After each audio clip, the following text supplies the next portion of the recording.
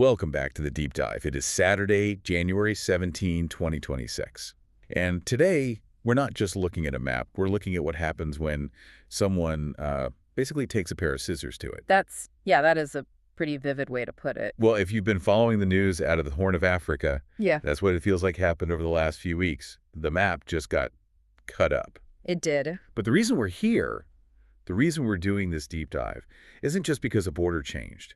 It's because of who did the changing. Right. We're looking at a collision of two completely different, very high-stakes geopolitical stories that have suddenly and very publicly merged. Exactly. I mean, on the surface, this looks like a massive contradiction. It really does. You have a government that just 2 years ago was rallying against what it called unilateral recognition of a state on its own doorstep. Vehemently against it. And now, here in early 2026, that same government becomes the very first nation on Earth to unilaterally recognize a breakaway state on another continent. It is the recognition paradox. And honestly, it's one of the most fascinating case studies in real politics I think we've seen in years. So today, that's what we're breaking down. The logic. Yeah. We're not here to take sides. We're not here to say who's right or wrong. No, our job is to be geopolitical explainers. Yeah. We want to understand the mechanics. How can a state argue that X is an existential threat in Jerusalem, but X is good policy in Hargeisa? And to do that, we have to strip away the emotion, look at the gears turning underneath. Right. We need to talk about the African Union's golden rule about borders, the Israeli Knesset's 99 votes, and this idea of sovereignty as essentially a veto power. Okay, let's start with a really quick definition, just so we're all on the same page. When we say recognition here, we're not talking about a nice tweet. No, not at all. In international relations, recognition is a formal political act. One state saying to another entity, we acknowledge you have sovereignty. But that doesn't get you a seat at the UN automatically? Not at all. That's a whole other process. It needs the Security Council, the General Assembly. But what recognition does is grant legitimacy. It turns you from a breakaway region into a partner. It opens the door for treaties, alliances, all of that. All of it. It changes the entire legal basis of your relationships. Okay, so let's get into the timeline because this happens so fast. It really did. It started on December 26th, 2025. Mm-hmm. According to the Reuters reports and the official statements, that is the day Israel formally recognized the Republic of Somaliland. And we should probably mention, for anyone who doesn't know, Somaliland isn't some new movement. No, not in the slightest. Mm-hmm. They declared independence from Somalia way back in 1991. For 35 years, they've had their own government, their own currency, elections. They function like a state. But, and it's a huge, but until December 26th, not a single UN member state had ever recognized them. They were, for all intents and purposes, a ghost state. And Israel just broke that. They smashed it. And the reaction was, well, it was instant. The African Union, the AU, went into full crisis mode. That same day, the AU Commission chair issued a statement just flatly rejecting it. He said Somaliland is an integral part of Somalia, full stop. And looking at this AU document from January 6th, their Peace and Security Council came out swinging.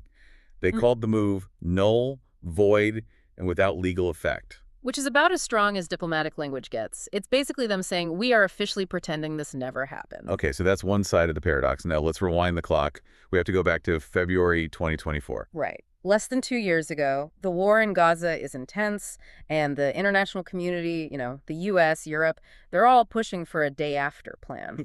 And the phrase two-state solution is everywhere. There was real talk that Western powers might just recognize a Palestinian state to force the issue. Exactly. And the Israeli government saw that as an existential threat. So on February 18th, 2024, the cabinet made it official policy. They formally opposed any unilateral recognition of a Palestinian state. And this wasn't just a quiet policy paper. They took it to the Knesset, their parliament. They did. And this next part is maybe the most important anchor fact of the whole story, the vote. Right. On February 21st, the Knesset voted 99 to 120 in favor of rejecting unilateral recognition. 99. Yeah. Out of 120. In Israeli politics, that kind of majority is almost unheard of. It's a massive consensus. It included the opposition, people who can't stand the prime minister. The message was crystal clear. Statehood can't be imposed on us by international dictates. It can only come from direct negotiations. So there it is, the setup. February 2024, unilateral recognition is dangerous, only negotiation works. December 2025, Israel unilaterally recognizes a state, completely bypassing negotiations with the parent country. That's the contradiction we have to unpack. Yeah. Why is direct negotiation sacred in Jerusalem but totally irrelevant in Mogadishu? Before we get to the why, I want to stick with the AU's reaction for a minute. Because reading their statements, it feels like more than just anger. It feels like panic. It's a foundational fear. Why? I mean, Somaliland's been de facto independent and stable for decades. Why does the AU see this as a catastrophe? It goes back to an anchor fact for the entire continent, a resolution from 1964. The Cairo Resolution. That's the one. The principle is the inviolability of borders inherited at independence. You have to remember, when the European colonial powers left Africa, the maps were a total mess. Just straight lines drawn in London and Paris. Exactly, cutting right through ethnic groups, ignoring geography. And in 1964, the new African leaders made a very cold, pragmatic choice. They decided that if they tried to redraw all those lines fairly, it would lead to a century of nonstop war. So they made a deal. They made a deal. The golden rule: we stick to the bad colonial maps because trying to fix them is even worse. So when the AU says Israel's move is null and void, they're not just defending Somalia's border. No, they're defending the entire principle that holds the continent together. They explicitly said this sets a dangerous precedent. If Israel can sponsor Somaliland's independence, what stops another power from sponsoring a breakaway state in Nigeria or Cameroon or Ethiopia? Okay, so for the AU, stability means don't touch the map. That's it. Now let's flip it. Back in 2024, Israel also used the stability argument. Their rejection of Palestinian statehood was framed as a defense against something that would endanger the state of Israel. Yes, the argument from that huge Knesset majority was that recognizing a Palestinian state before a peace deal, especially after October 7th, would be seen as a reward for terrorism. It would incentivize more violence. So for them, stability is about controlling the security situation first. Exactly. Security first, then we can talk about a state. But this is where the international law sources, like UN Security Council Resolution 2334, come in. Right, from 2016. What does that say? It serves as the legal baseline for the other side of the argument. It states that Israeli settlements in occupied territory have no legal validity, and that the world shouldn't recognize any changes to the 1967 lines unless they're agreed upon by both parties. So wait. The UN says Israel is unilaterally changing the map with settlements. Right. Israel says the world is trying to unilaterally change the map by recognizing Palestine. Mm-hmm. And now Israel is in Africa, unilaterally changing the map by recognizing Somaliland. It's a lot of unilateralism for a system that claims to be built on consensus. Okay, let's try to make sense of this. Let's get into the hypotheses. The first one we have here is what we're calling the consent variable. This is maybe the most cynical explanation, but also, I think, the most plausible. It's all about who gets to say no. Who has the veto? Who has the veto. In the Palestinian case, Israel's argument is essentially that because they are the sovereign or occupying power in the territory, nothing can change without their consent. You can't create a state here without our signature. Precisely. Their consent is a non-negotiable prerequisite.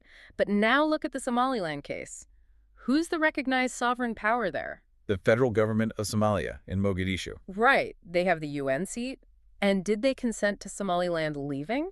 Absolutely not. They were furious. So Israel bypassed them. The logic seems to be, we demand a veto on any recognition that affects us directly, but we reserve the right to ignore your veto when it suits our interests. That is a clear double standard on the concept of sovereignty. It is. Israel sees Somaliland as a potential strategic ally on the Red Sea. Somalia has been historically hostile. So ignoring Somalia's sovereignty to gain an ally serves the national interest. Which flows right into the second hypothesis, stability versus disruption. We saw that word stability everywhere. It's the ultimate diplomatic buzzword. In 2024, the argument was that creating a Palestinian state would be an engine of instability, a terror base. Right, a disruption to security. But then you read the AU statement from last week. They use the exact same logic. They say, recognizing Somaliland threatens peace and stability in the Horn of Africa. So stability just means whatever you want it to mean. It's subjective. For Israel, the status quo in the West Bank is, if not stable, at least manageable. For the AU, the status quo map of Africa is the only thing preventing chaos. For one, recognition is a disruption. For the other, the status quo is the disruption. And for the people on the ground, the Palestinians or the Somalilanders, what the big powers call stability probably just feels like being stuck. That's a great way to put it. For them, it's paralysis. Israel decided that disrupting the African status quo was a risk worth taking, while arguing that disrupting their own was a catastrophe. There's one more angle here, a procedural one, that I think is really interesting. Bilateral versus multilateral. Yes. This is about how recognition happens. Remember the exact phrasing Israel used in 2024? They rejected international dictates. They were pushing back against the UN, the EU. Yeah. Basically a multilateral gang-up. Yes. They insisted on bilateralism. Just them and the Palestinians in a room negotiating. Where, presumably, the stronger party has more leverage. Of course. But now look at the Somaliland move. It was purely bilateral, a deal between Israel and Somaliland. And who's trying to stop it? The African Union, a multilateral body. So when the multilateral world gangs up on Israel, Israel demands bilateral talks. But when Israel makes a bilateral move, the multilateral bodies cry foul. It sounds like states don't actually have a principled stance on the format. They just pick whichever one gets them what they want. I think that's exactly it. You shop for the forum that gives you the best odds of winning. Okay, I want to play devil's advocate for a second. Let's look at the counterpoints. Because if I'm a Palestinian diplomat listening to this, my head is probably exploding right now. Oh, absolutely. And we have to include their perspective. Back in 2024, their foreign ministry was crystal clear. They said recognition does not require permission from Netanyahu. Their view is that self-determination is a fundamental right, not something that you have to earn through negotiations. Correct. They argue that the demand for direct negotiations is a trap, and they point directly to the settlements as proof. Right. They'd say, how can we negotiate the borders of a state while you're actively building on the land we're supposed to be negotiating over? It's like saying, let's negotiate how to slice this pizza while you're eating my half. From their perspective, Israel's unilateral recognition of Somaliland just proves their point. That unilateralism is a legitimate tool, and Israel is just angry when it's used against them. Okay, but let's push back on the AU too. You said their fear of this setting a precedent is real. It is very real. Is it a legitimate fear for regional stability, or is it just about protecting the power of existing states? I think it's both, but the stability fear is genuine. You look at the map of Africa, at Ethiopia, Congo, Nigeria. These are huge multi-ethnic states with active secessionist movements. Oh, The AU's nightmare scenario is that outside powers, be it Israel, Russia, China, the U.S., start playing kingmaker, deciding, okay, you get a state, but you don't. They see it as a recipe for endless proxy wars, a new scramble for Africa. So they see their inviolability of borders rule as a firewall against that. A survival mechanism for the whole continent. They believe no outside actor should have the authority to redraw their map. It's incredible how the word unilateral can be a weapon or a tool, depending on who's holding it. That's geopolitics in a nutshell. Legal principles aim for consistency. Political application is almost always selective. So if we bring it all together, this recognition paradox, is it actually a paradox at all? Or is it just good strategy? From a moral or legal consistency standpoint, it's a huge paradox. You can't hold both positions at the same time and claim to be consistent. But from a purely strategic standpoint, it's perfectly consistent. Explain that. Both moves serve to maximize Israel's perceived national interest. Rejecting a Palestinian state, in their view, neutralizes a security threat at home. Recognizing Somaliland creates a new strategic ally on a vital waterway. The one consistent rule being applied is, what is best for us right now?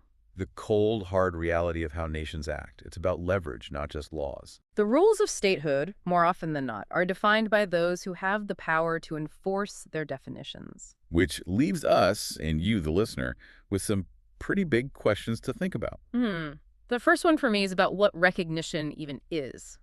Is it a legal process based on facts and principles? Or is it just a political tool, something you trade for an alliance or a deep water port? And can a state really argue for direct negotiations at home while completely ignoring them abroad and still be seen as a credible actor? Or does hypocrisy just not matter anymore? Then there's the African context. Does the AU's strict adherence to those 1964 colonial borders actually create long-term stability? Or does it just freeze conflicts, trapping places like Somaliland in limbo forever? Right. It's the difference between a ceasefire and a real peace. Sometimes just keeping the lid on the pot builds up more pressure. Exactly. Well, as we watch the diplomatic fallout from this in the Horn of Africa, that's the thing to keep an eye on, how these fundamental definitions of sovereignty and stability keep shifting depending on who's drawing the map. Because if we've learned anything, it's that the map is never as permanent as it looks.